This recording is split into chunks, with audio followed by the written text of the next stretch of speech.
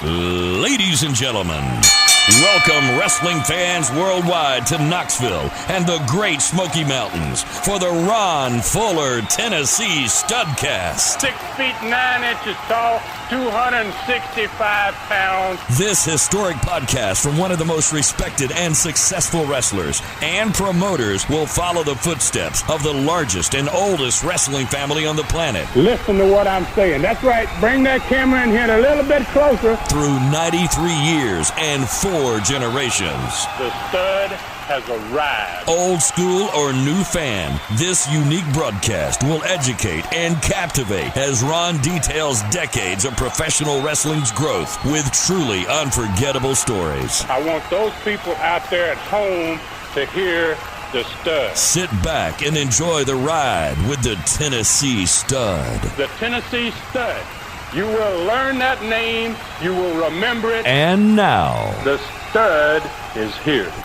All right, folks, here we go. It's another Studcast with the Tennessee Stud, Ron Fuller. Hey, y'all, I'm David Summers, and here it comes, the story of wrestling in America, as told by the stud, whose family started the profession over 100 years ago. So now let's step back into the ring and back into time with the Tennessee Stud, Ron Fuller, hanging out in the Great Smoky Mountains of Tennessee. What's going on, my friend Ron?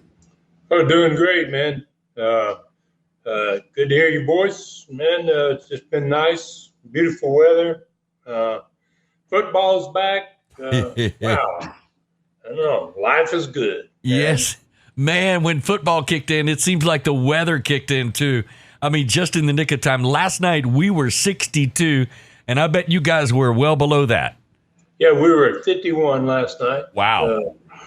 So that was really nice to wake up to in the morning. And, wow, it's humidity, no humidity. So it's quite a bit different than it is living down there in Tampa. That's for sure. But I sure can't complain about it. I really enjoying it, man. Hey, I'm glad to hear you are, of course, living the good life. And hey, we're living the good life here, at least for this week, because we'll stay in the low 60s or 60s at night, and then no rain until the weekend, maybe. So, but it's going to warm back up because it's South Alabama, and it's pretty much the same way there in Central Florida where you used to reside. So, anyway, I know you're enjoying the fall weather. All right, Stud, last week, the last Studcast was absolutely huge. We've got to start this one with the results of that tremendous Studcast from last week. It covered the first ever interactive wrestling event, a mink coat and world championship tournament combined that not only set the all-time box office records for Southeastern, but it did the same with Studcast listeners, too. After 5 years of Studcast, you broke the all-time record, Stud. Wow. Yeah.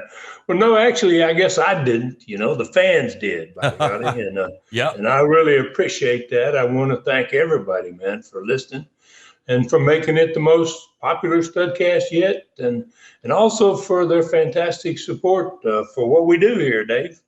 You know, and I'm really excited because the best is yet to come.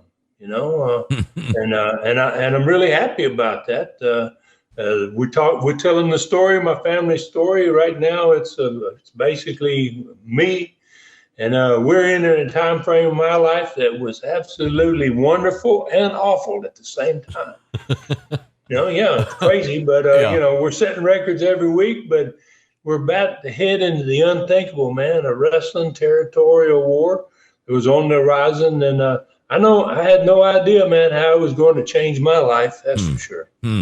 All right, so you were 4 years in as a successful wrestling territory owner in the last Studcast. Wait a second, I'm sorry, but you now had 2 successful territories, actually. I can't wait to hear all the information in the future Studcast about not only what we normally cover, but what happened in 1979 that, as you said, changed your life.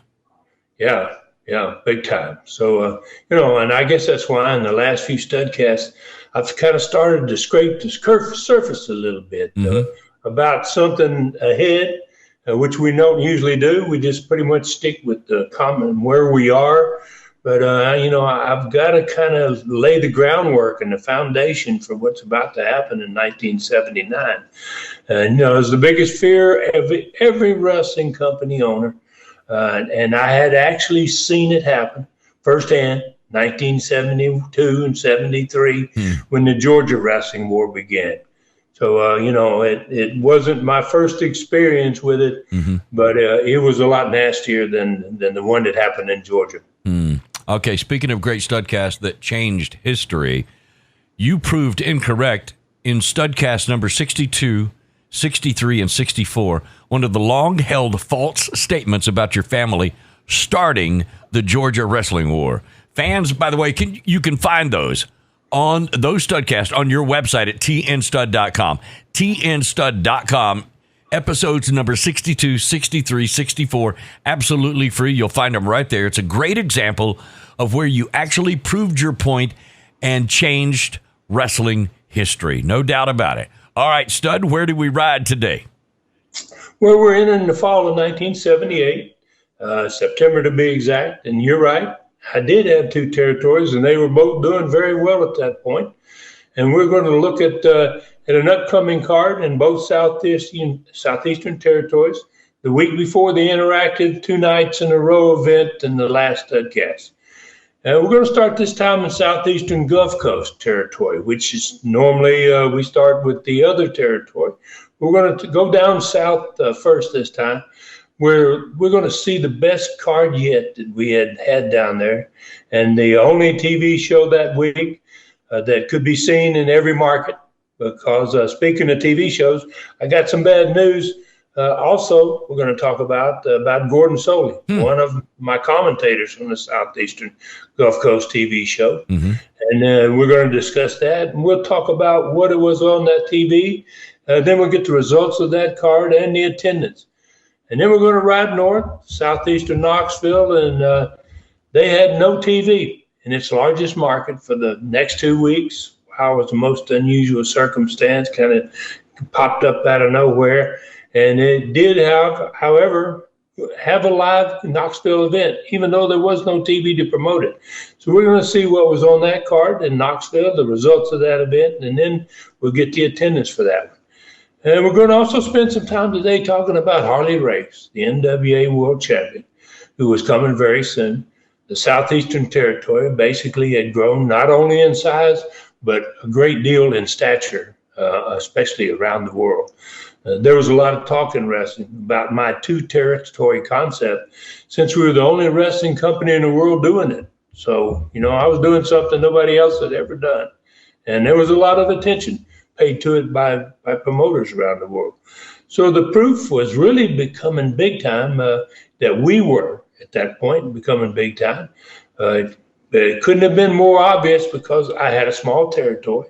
I'd never gotten the NWA champion for more than one night at a time.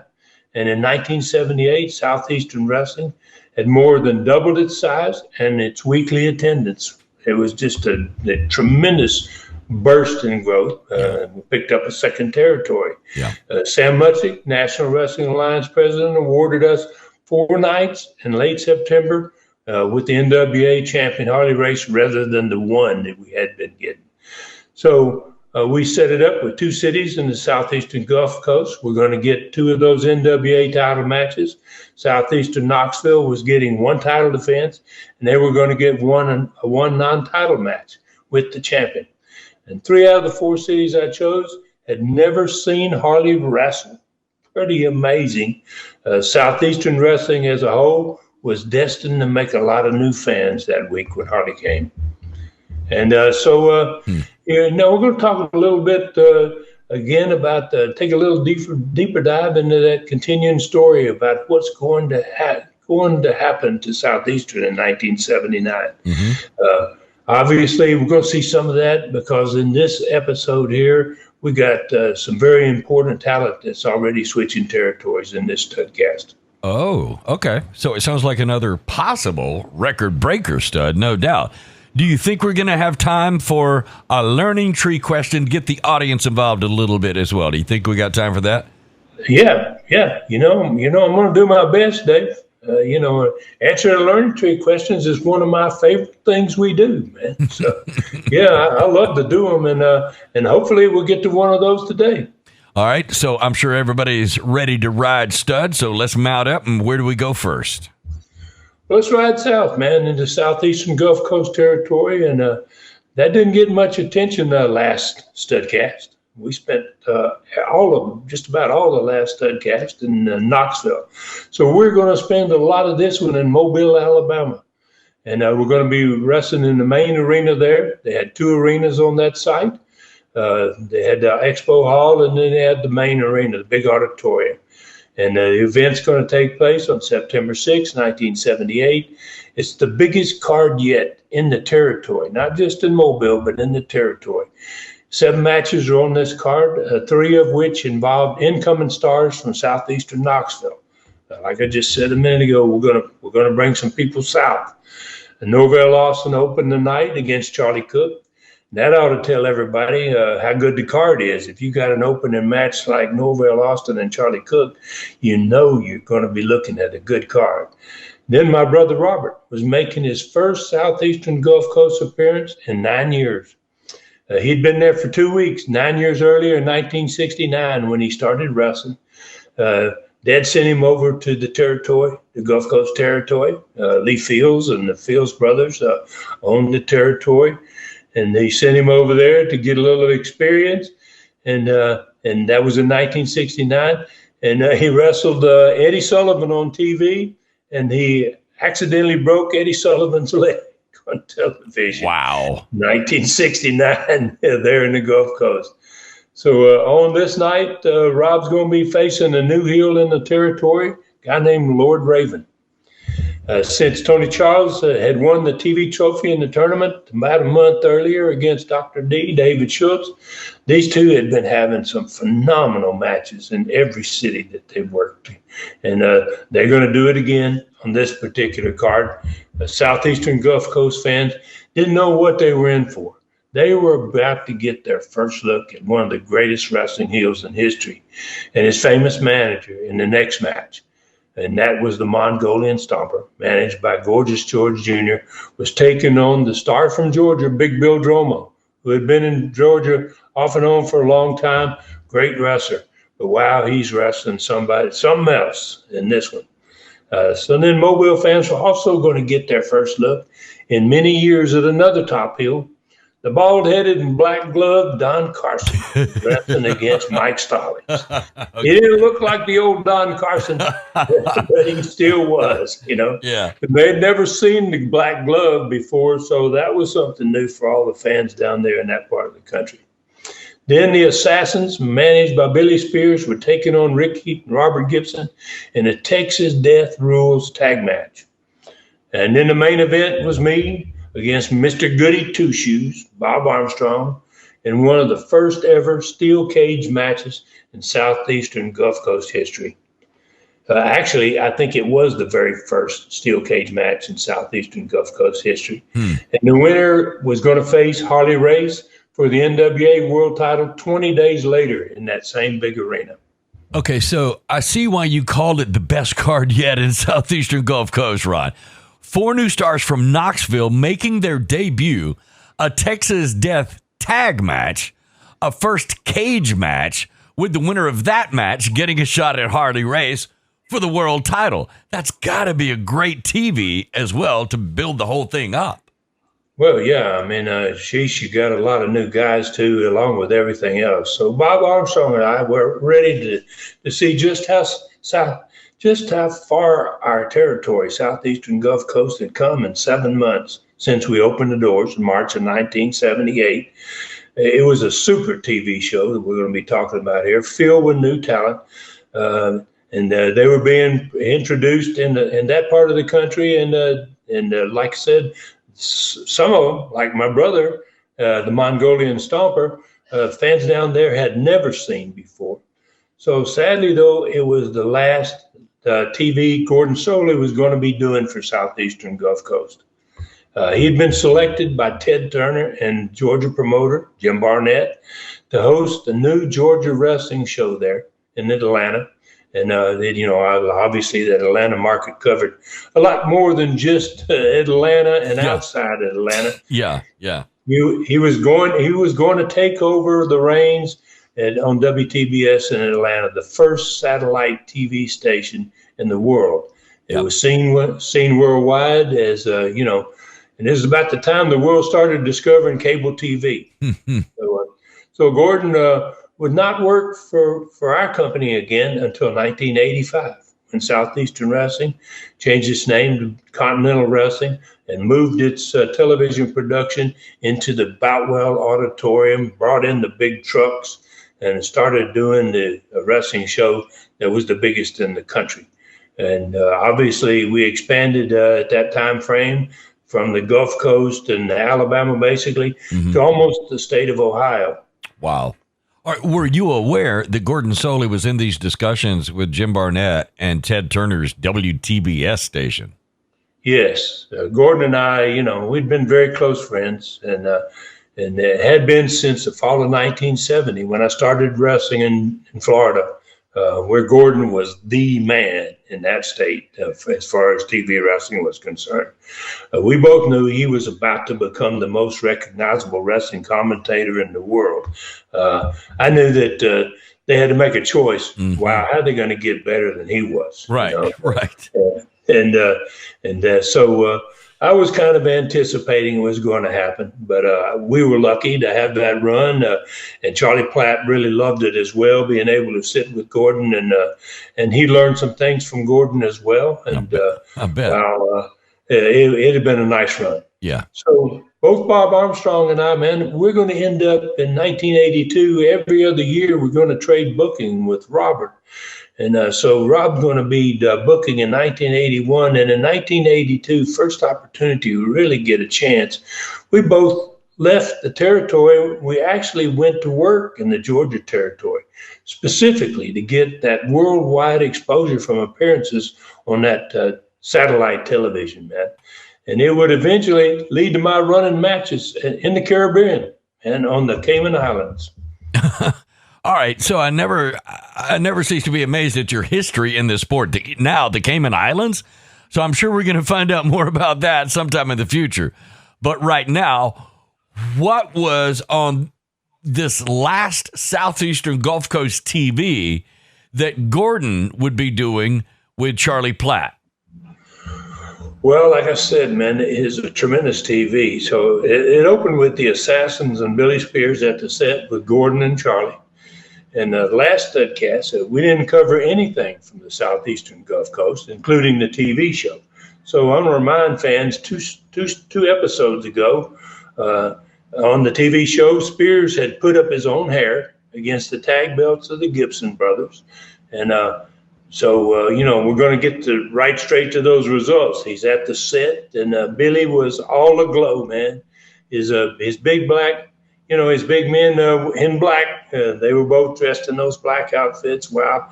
And they had the belts back, and they were wearing them proudly, standing behind him. And there was Spears sitting between Gordon Solie and Charlie Platt. They watched the video of that hair versus belts match with the devious Spears, man, getting involved to steal the belts again. And as he had done just about every time his team had lost them, he got them back pretty quickly. And he stole them from the very popular Pensacola-born Gibson brothers, man. Two great wrestlers out of Pensacola. Yeah. So Charlie brought up the fact the Gibsons had been turned down now for a return match by Billy Spears for the tag championship. But then Spears made the point that his champions would wrestle them. They weren't going to totally not give them a shot at it. They were going to wrestle them in a Texas Death Rules tag match, but that wouldn't be for the belts.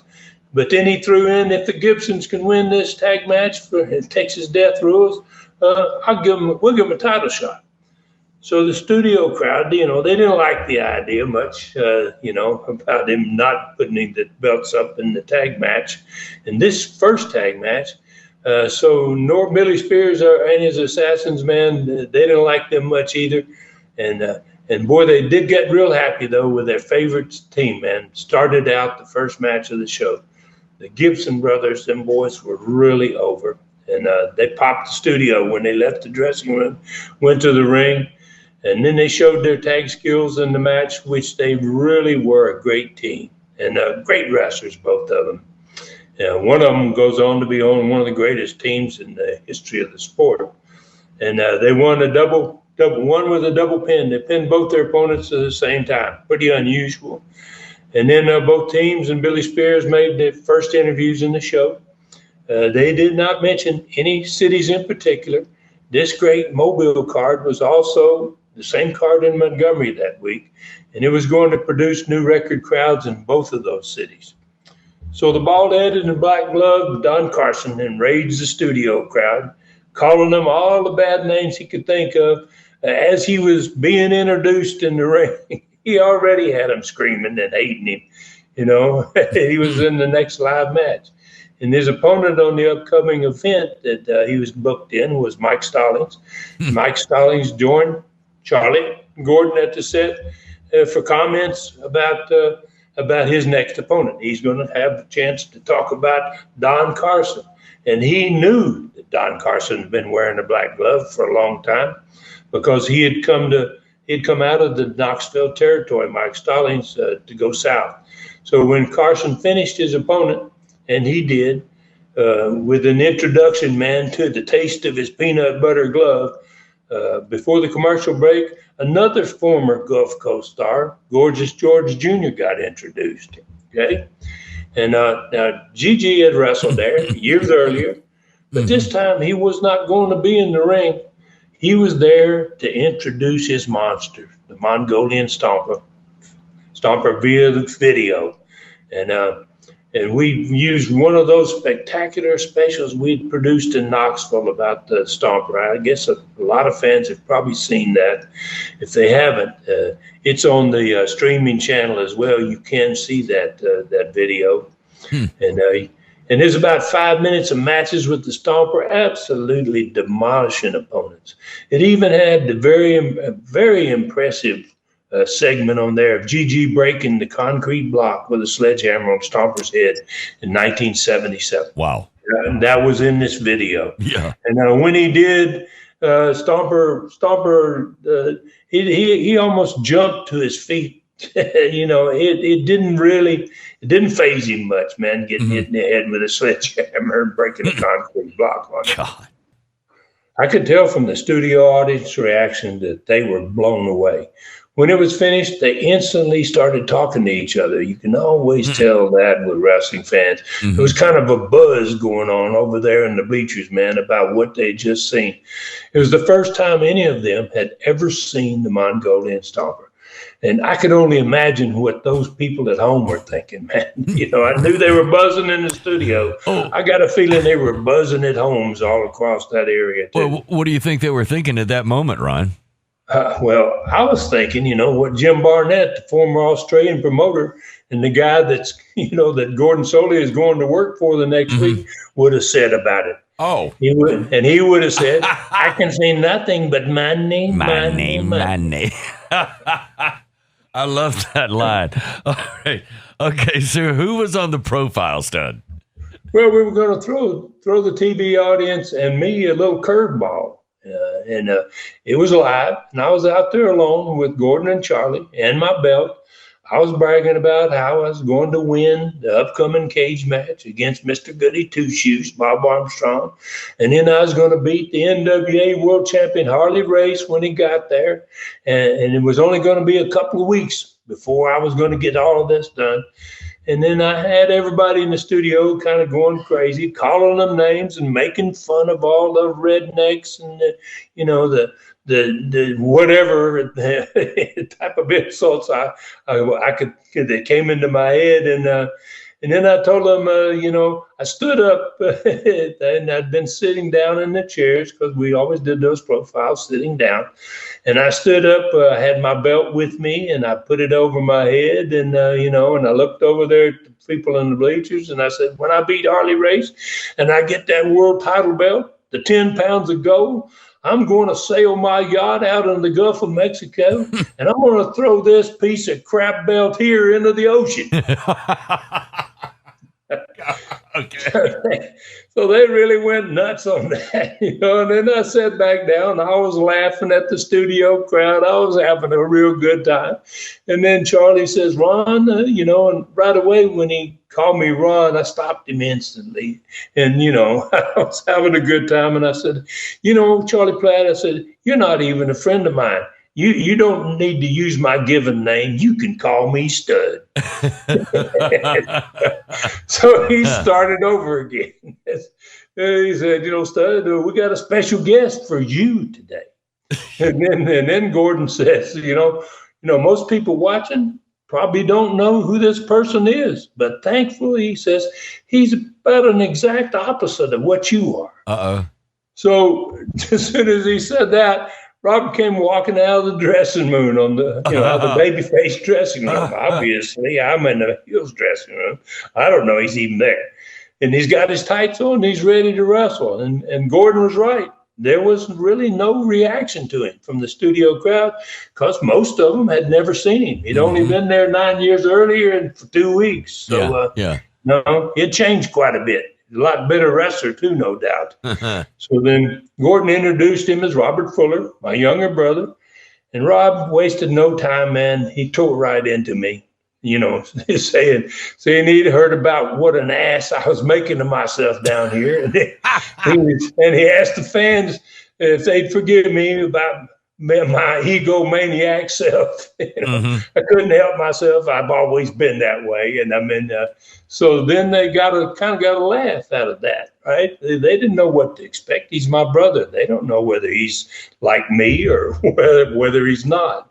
So then he explained to the audience that he had no resemblance to me in any way. And he was disgusted to see what kind of a man I had become, especially down in this part of the country. He goes, and he said, that is no wonder that we didn't talk to each other, so that we don't even communicate, me and him, and that we had absolutely nothing in common. And this time they liked it better. They kind of popped on that one. Well, this guy's a different type of dude, Yeah. And then he said, I'm here now to kind of clean up the family name, show people what kind of a man our father was. And then he pointed the finger at me and he says, you're going to make you've been making a horrible impression on these fans. And he goes, and I'm here to change all that. And they got another pop. So I've had enough, man. I jumped up, man, and I started screaming at Gordon and Charlie, asking them, what's going on here, man? What is he doing here, Why didn't you guys tell me what was happening here? Why didn't you say something about this? Yeah, I don't want my brother here, I told him. He's no better than Mr. Goody Two-Shoes, Bob Armstrong. Exactly what I was thinking. Guy, right? Oh, my God. Yeah. And so they couldn't help start smiling at each other as the bell rang. Bell rang for the next match, which I always followed the profile. And Rob went right on into the ring.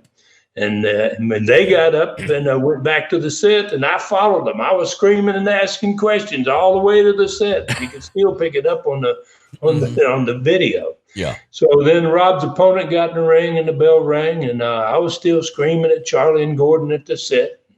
Rob quickly, man, showed fans the difference between him and I. He made clean breaks when the referee asked on the ropes. He didn't use any shortcuts. He did lots of great wrestling moves, and he won with the Fuller leg lock. And he also got a standing ovation from the studio crowd, and probably those people was watching at home as well. This Fuller guy. All right, that's a great way to introduce your exact opposite. Clean cut, clean shaven. Fans are going to love him. I can see nothing but money, money, money, Ron. Hey, wait just a minute here, Dave. What? Whose host are you, man? Clean shaven and fans are going to love him, man. You may be on the wrong team, man. Yeah, I bet you and your brother have walked in those shoes before, right? Well, yeah, actually 3 times, I guess, to be honest with you at this point. We in Memphis territory back in 1975, I was a heel and he was a baby face. They loved him, and the guys, they hated me.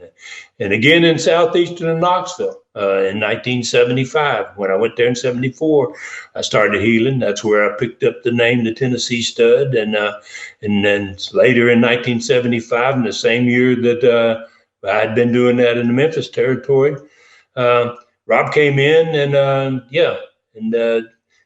we had a change of heart. I had a change of heart. And now here we were, 1978, Southeastern Gulf Coast.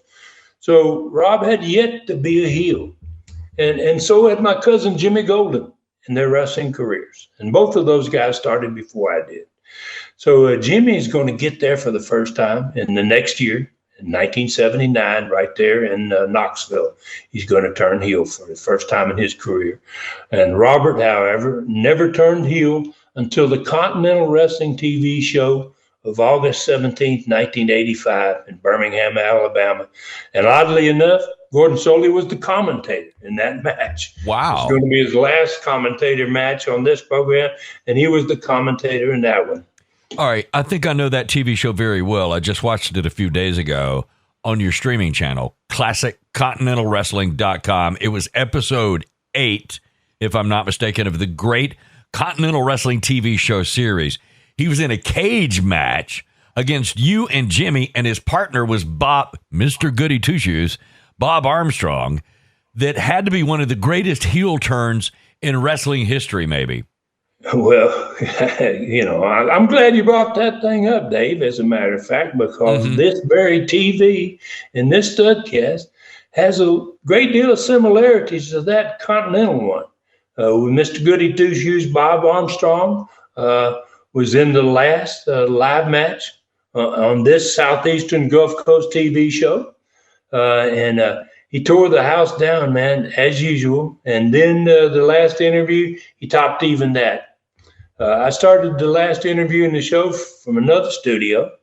I was on that interview because we're going to be in a cage match in a couple of cities in Montgomery and also in Mobile. And so I started out the interview in a separate studio. And Mr. Goody Two-Shoes was, like I said, the last match, and then they pulled another one on me. I started the last interview in the show. I talked about my upcoming cage match with Bob Armstrong to see who's going to wrestle Harley Race for the NWA World Title. And when they cut away to Bob, he was standing there with his arm around my low-life brother, Robert. And they bragged about being, the former Georgia tag team champions. They had won them together. And then Mr. Goody Two-Shoes made all these wonderful statements of how great Rob was compared to me. He does this better than his brother. He does that better than his brother. Oh, my God. And the studio audience was going crazy, man. And so was I, man. I couldn't help but be screaming as they were doing their interview. I was screaming in another part of the building. Like, what the heck are y'all doing here? Mr. Goody Two-Shoes now knew how to push your buttons. So, all right, but listen, you guys were absolutely on top of your game. This may have been the best Southeastern Gulf Coast TV so far, Stud.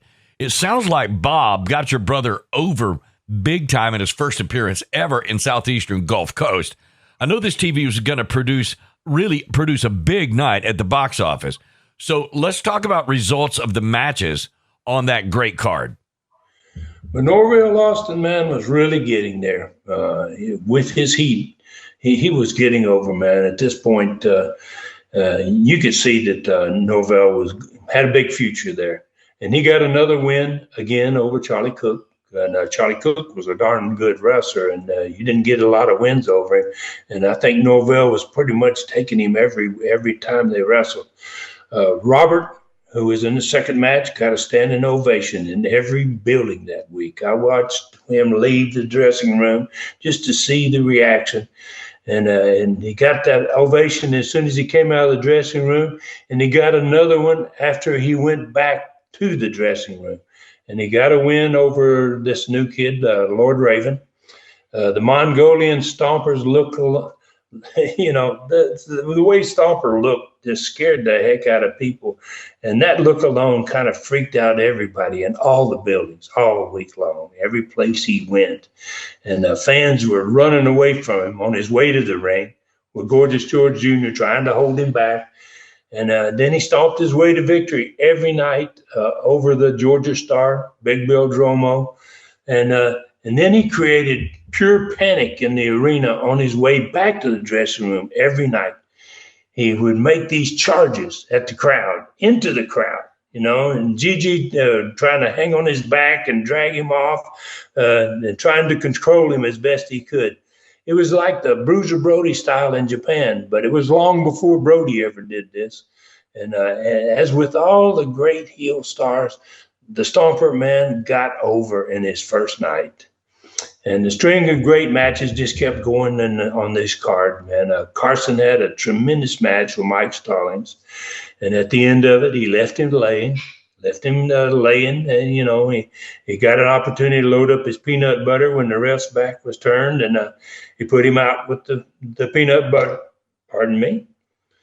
And he put him out with the peanut butter, and it was one of his first matches in years there. But the police had to get around him on the way to the dressing room. He had already, in his first night there, got a tremendous amount of heat. Tony Charles and David Schultz, they had another classic match. Tony was on fire as a babyface. He got another close win over David Schultz, who was fast becoming the top heel in anybody's territory in the country. He was obviously going to become a Hall of Famer. Texas Death Tag Match was the only tag match on the card, and it had the building standing for almost all of it. The Gibsons won the match, and they got that opportunity at another tag match for the championship the following week. And then the cage match between me and Bob Armstrong for a shot at Harley Race was easy, man. After a night of matches like that, I mean, the fans were so turned on, and they were really ready for it. When fans sit and watch them put that cage together, something about a cage match, and just seeing them put the cage together, the fans, by the time the bell rang and you were in that cage, they were always really ready. And a night like this, they were really ready. In the match, we were both bleeding, and I was about to put him away, man. I kind of, got a little something out of my trunks. I cut the corners a little bit, and I got him with it, and I had covered him, and the ref had started to count. And I looked up, and who's there banging on the outside of the cage but my funky brother, man? And so I thought Mr. Goody Two Shoes was done. He wasn't even trying to kick out. He was finished, So I got up, man, and I went over to where my brother was creating all this crap, and I motioned for him to get his butt back to his own dressing room. And that's about all it took for Mr. Goody Two Shoes. He just kind of slid over there behind me, he schoolboyed me backwards over his body, and he got the 3 count. Boy, the building exploded, man. Wow. All right, so your brother was a pretty good distraction on that. Helped Mr. Goody Two Shoes out. That's an incredible night of matches. All right, you said this same card was also in Montgomery. How many fans were in each of those cities on this same card? That's going to be interesting to hear if you've got that. Yeah, and I do, because I kind of keep these figures around so that I can quickly grab whatever you need so far as figures. And they both set new records, both of those towns. Montgomery, the city where we had to give the money back to the fans the first 2 times that we tried to run it back in April 1978. You remember that? Yep. And because there wasn't enough people in the building to have a match, that situation had turned around from April of 1978. There was 4,000 fans there in Montgomery that night, in a beautiful building. That Civic Center there was a beautiful building. And then Mobile was in the main arena again.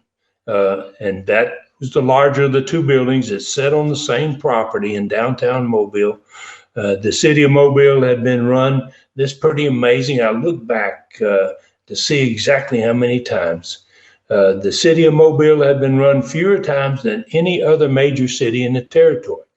And if everybody will think back, especially those that listen to Studcast, we had lost that TV station for almost a month in April of 1978. That's right. Because of David Schultz and the watermelon incident. Yeah, sure. Right? Well, Yeah. So this was only the 16th event in Southeastern Gulf Coast history for Mobile, and it broke the 7,000 fan level. Wow. So it was right up there with Knoxville's biggest crowd ever in 16 events. Wow. That's big time. All right, and that is a great first half of this Studcast, Ron. I tell you what, let's take our break right here. When we come back, we're going to find out what was going on in the same week in southeastern Knoxville. That's coming up when this Studcast continues right here. Get the hottest old school wrestling site on the planet, the Stud streaming channel, ClassicContinentalWrestling.com. $4.99 per month or $39.99 per year gets you over 130 original Southeastern, Continental, and USA TV shows, with many more to come. 40 stud stories, 3 great 2-hour documentaries, 5 stars of the sport, 4 superstars of the past, classic Continental and Gulf Coast matches, and the only audio version of his fantastic lion story, Brutus, chapter by chapter, with him doing the voices of 4 characters. There's nothing like this site. ClassicContinentalWrestling.com. Only $4.99 per month or $39.99 per year. Get the special 1-week free trial now. Okay, Studcast fans, welcome back in segment number 2, episode number 267. It's called Knoxville Stars Head to Gulf Coast. We've had an exciting first half. Let's see where we go in the second half, because everything is really cooking down south. So tell us what was happening in southeastern Knoxville, Ron. Okay, in last week's record-breaking Studcast, we talked about losing our Knoxville TV for 2 straight weeks in a row. And this is one of those 2 weeks. We didn't have a TV show, but we still felt like, me and Rob talked about it, we still felt kind of compelled, man, to run at least one of those weeks to keep the fans' attention. And so also, as I said last week, we had to give up one of the 2 Friday nights that we had scheduled in the Coliseum because we didn't have those 2 TV shows, and we didn't want to try to run 2 weeks without TV. So we gave up a Friday night. So this was going to be the Friday night in the Coliseum that we're going to be running without any TV to help us kind of promote it. So something that we're going to try something that we had never done before. We decided we had 2 Friday nights. We decided we're going to keep the first one and not the second one. And so we're going to talk about that card for that Friday night, in which we did not even have a television program. We actually had a TV. We produced a TV show, but we sent it out to the Johnson City station, to the Hazard, Kentucky, and to the Crossville, Tennessee market. But it was never seen in the Knoxville market, these 2 shows.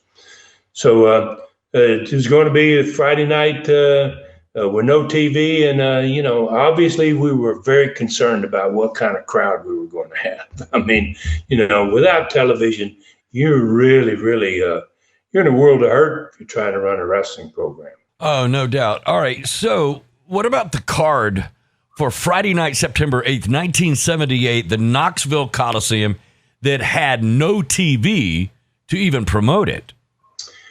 Okay, so Rick Connors opened it up wrestling against Ted Allen. Ron Slinker took on Gorgeous George Jr. A newcomer and a pretty good worker, Terry Gibbs, had just come into that territory, and he squared off with the Mongolian Stomper, managed by Gorgeous George Jr.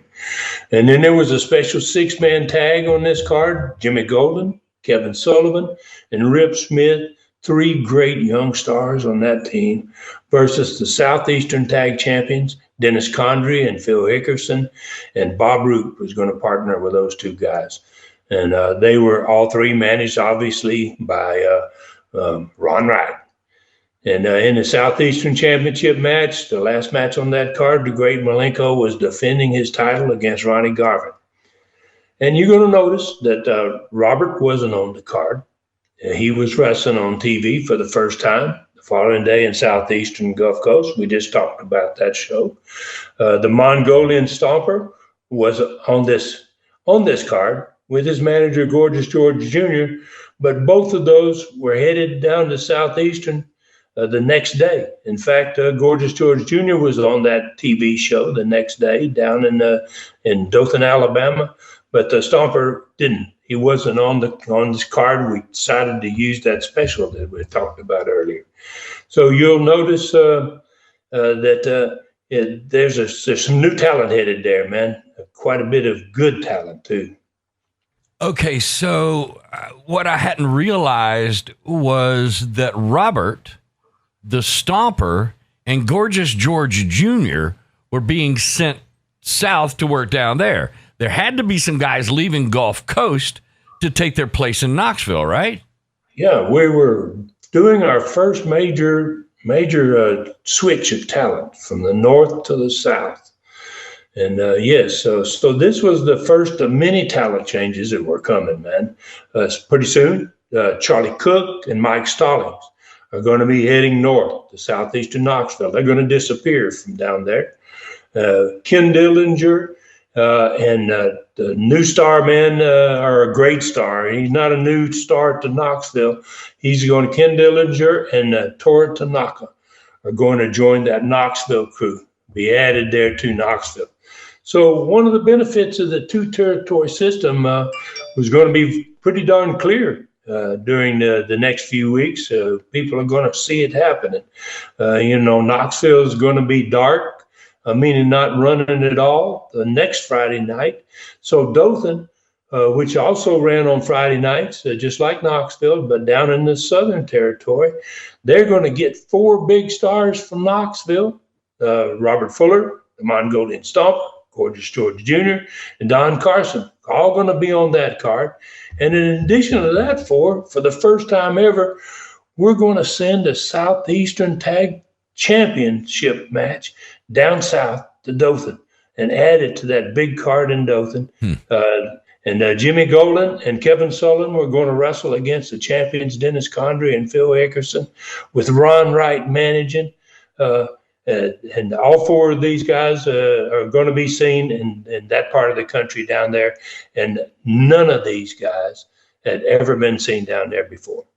So they're going to go, then the next, as soon as that match is over, the following Friday night, they're going to leave and go back to Knoxville to be on the Knoxville television the next Saturday morning. It's going to be the Saturday morning TV that's going to promote that upcoming World Championship card there. So Southeastern Gulf Coast was going to return the favor to Knoxville. And on the NWA title night, Rob's going to go to Knoxville from down south. Stomper's going to go to Knoxville. Gigi's going to go to Knoxville. And I'm going to go to that Knoxville card for the NWA title match there. And then they're going to send us some people down for the NWA title match when Harley comes down south. All right, that's kind of fascinating how you're laying all this out and how the switch and arrangements were made. I'm beginning to see how having 2 territories was making sense. So what about the results of the Knoxville card that you just talked about? Well, Ted Allen won over Rick Connors. Ron Slinker beat Gorgeous George Jr. Terry Gibbs obviously didn't beat the Mongolian Stomper. He was a pretty good talent, this boy Terry, but he wasn't ready to get that done. Jimmy Golden, Kevin Sullivan, and Rip Smith, they won the 6-man tag against Condrey, Eckerson, and Bob Roop. And there wasn't a winner in the Ronnie Garvin and the Great Malenko Southeastern Championship match. The match was stopped. There was no winner. Okay, so what about attendance for the card that had, believe it or not, no TV at all to promote it? Well, it wasn't that bad, Dave. We really, Rob and I discussed it quite a bit. We made guesses. We were both guessing somewhere in the 3,000s. And we actually had 4,500 fans. Wow. Without a television. Wow. So it just told me, man, instantly when we had 4,500 there with no TV, that the next card has got the NWA World Champion Harley Race on it, defending the world title. He's got people coming from the south combined with the northern troop, that this Coliseum was not big enough. Wow. We needed a bigger building 2 weeks later. For the big match with Harley Race. Right. Yeah. Okay. All right. Listen, I can't believe we're going to have enough time for a learning tree question, Stud, but we are. This one came from Alan Drury. He asked, were other territories around the country doing angles with family members like the one just done with Jimmy Golden's father? Was he actually hurt? And who, if any, are some of the other family members that'll get involved in the future? Well, that's a great question, and we're talking about a few weeks back when Jimmy Golden and Bob Roop were wrestling for the Southeastern Tag Championship, and out of the clear blue, Bob Roop turned heel, and I'm sure he got some bread from Ron Wright for it, and he hurt Jimmy a little bit, but he hurt his dad a lot worse, man. He put the shoulder breaker on his dad. I'm sure that's exactly what this one he's talking about, the question here. And, got to thank you, Mr. Drury. That's a great question. So let's start with the first part of the question. And the first question, I guess, about other territories doing angles with family members of the wrestlers that were in the territory. And I don't know for sure what many other territories did in that regard. I only worked 2 territories, Dave, in my life. 2 territories full time in my career. Mm-hmm. So Georgia, I worked for 6 months in 1970, from about May until close to November. And I worked the Florida Territory from 1970 until 1974. And in the fall of 1974, I started my own wrestling company, and I never worked full time for another territory again. So obviously, I don't know about what other territories did, Mr. Drury, and I can't say if they did the type of things that we did. I do remember a few angles involving family members that were not former wrestlers in 2 territories, and I did work full time. And I don't remember any angle that they did in Georgia, and maybe only one in Florida, and I can't really recall how that all went down.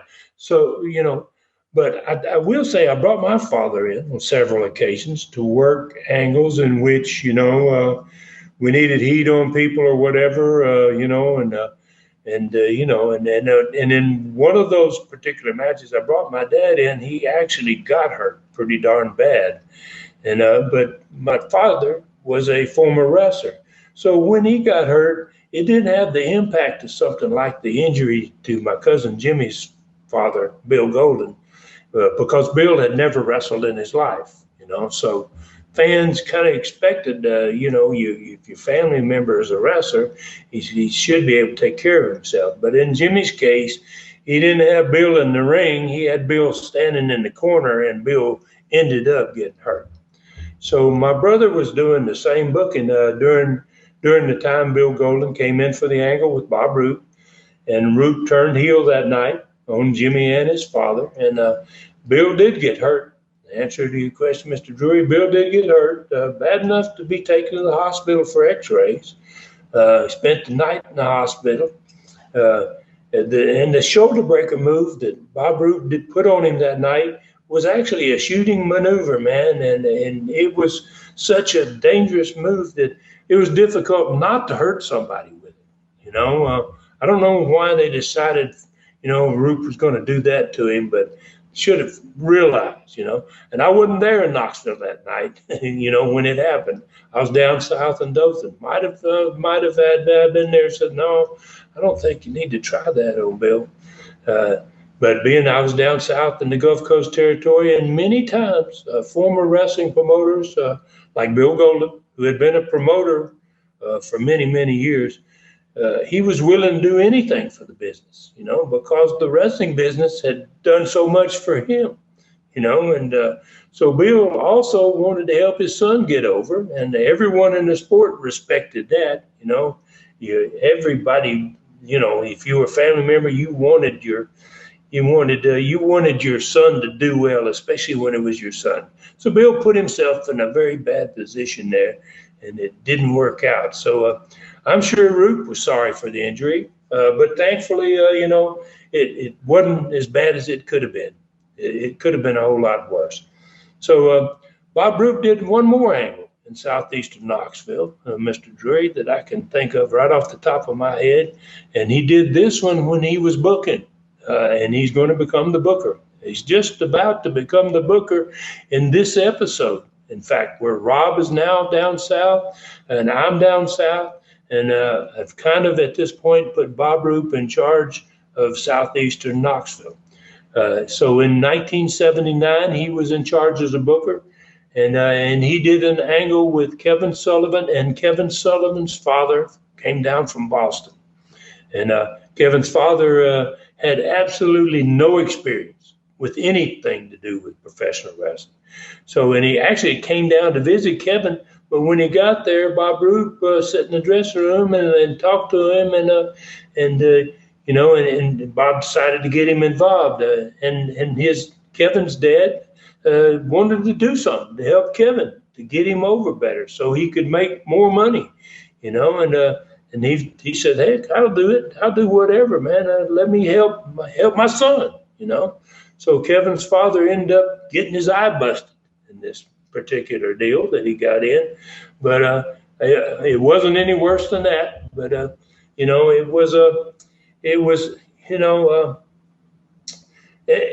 just thought of another one too. I had a good friend named Bob Polk who lived in Knoxville. He was from Knoxville, and he got involved in the wrestling business with us when Continental came back to Knoxville in 1985 after the war, and we all left in 1979.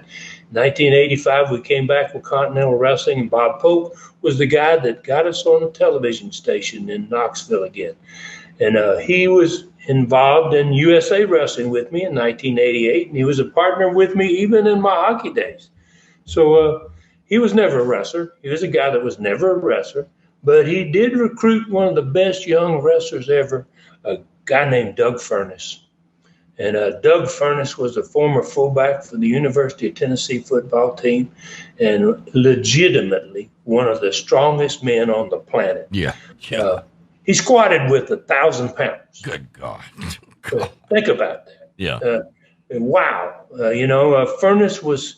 And Furness, Bob was friends with him, and he got Furness into being trained, but Furness really didn't know much about what was going on, and he was sitting at the announcer's table for a Continental cage match in Knoxville in 1987. I think it might have been one in which Kevin Sullivan and his headhunters were in the ring with me and Jimmy Golan and Rob in a cage match, and.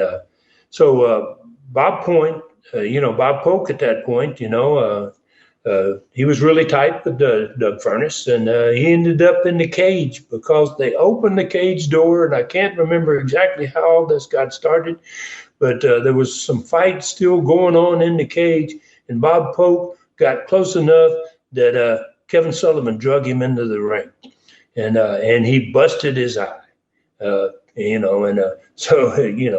Kevin was a crazy dude, And then after he got Bob in there and he had busted his eye, the cage door got locked back again.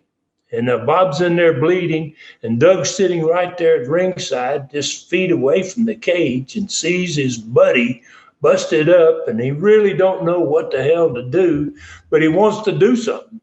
So he runs around, and he goes to the door of the cage. He's really concerned about Bob. And when he gets to the door of the cage, he found the cage door was locked. And this is crazy. I'll never forget this because I saw him do this. The whole building saw him do this. He was so strong and he was so intent on helping his friend. He literally ripped the door off the cage. I'd never seen that before and never would again. Rip the door off the cage? He tore the door off the cage. Wow. And threw it out on the floor. And Kevin Sullivan's in the cage and he sees this. And so when Doug gets inside the cage, then he went for Kevin Sullivan because Kevin had busted Bob's eye. And Kevin had just seen Doug Furness, who really didn't know what was going on, and ripped the door off the cage. And I never saw Kevin Sullivan move that fast in my life. Wow. Kevin Sullivan shot out of that cage, dived face first out on the concrete to get away from Doug Furness. Wow. So I guess that's a good way to end this one for you, Mr. Drury. But, thanks again for your question. And hopefully, Dave, we can get to another one of these next week. Yeah, I bet we can. And I think just instantly, like boom, like that, Doug Furness is suddenly over. Man, yet another great one, Ron. Every time I think we've done the best Studcast yet, like last week, you kind of changed my mind on that a little bit. I'm thinking, well, I don't know. But now, Harley Race is coming very soon for 4 total nights, a first in Southeastern history. I cannot wait for that. All right, folks, listen up on Facebook. The Ron Fuller Welch Facebook page is full of friends. No more can be added to that page. To become friends with Ron, you can go to his Ron Fuller, the Tennessee Stud Facebook page, like him and follow him there, and you automatically become friends with a legend. One is Ron Fuller Welch. One is Ron Fuller, the Tennessee Stud. The Tennessee Stud page is the one you can get on. Follow him at Ron Fuller Welch on Twitter.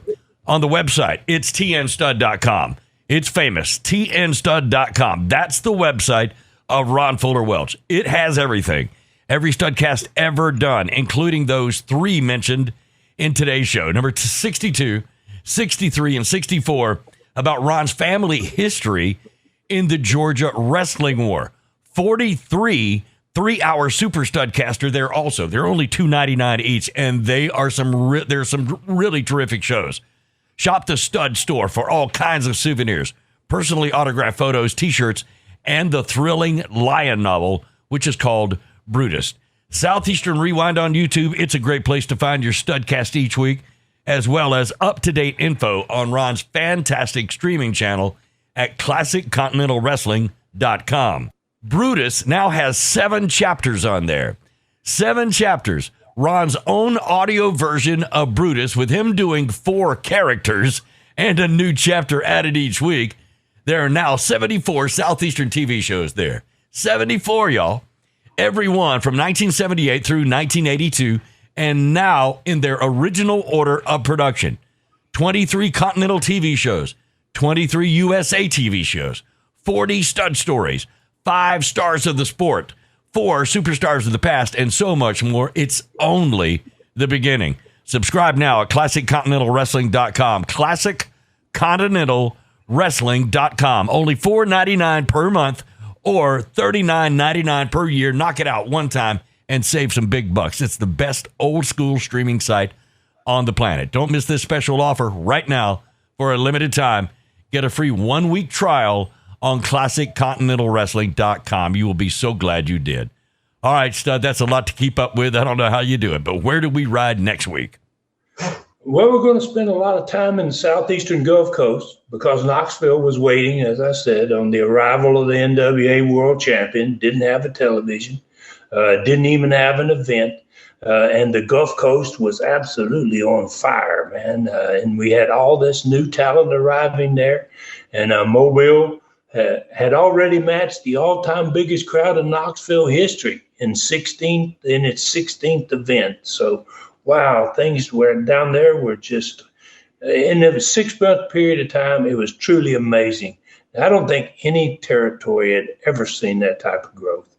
Dothan, Alabama is going to be the focus for the next one. And it'll have another of the best cards in wrestling history, including the first time ever Southeastern Knoxville defense of their tag belts in the Southern Territory, 500 miles to the south. It'll also have a cage match. It'll also have the introduction of 8 new stars in one night in Dothan, Alabama. So, things are really going to happen down south in the next one. And we're going to have another great TV show to talk about, obviously, because of all these new people and the results of the best cards in American history. This Dothan card is another one of the greatest in the history of the sport. And we're obviously going to have another record crowd in Dothan. And we're also going to dive a little further into the huge change of talent and what was happening that was going to change the future for Southeastern. And we'll have another learning tree question to answer too next week, hopefully, anyway.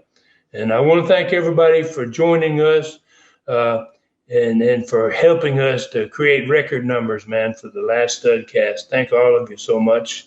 And please tell you and your friends and neighbors about us. Take care of yourselves and others, and may God bless us all. For Ron Fuller in the Great Smoky Mountains, I'm David Summers saying thank you for listening. Find me at David Summers Productions at gmail.com. This Studcast is a David Summers production for Tennessee Stud, LLC. Thanks for joining us today for this historic Studcast. The true story continues next week. So fool Nelson your friends and point them in our direction for another ride with the Tennessee Stud. 1, 2, 3. This is David Summers saying so long from the Great Smoky Mountains.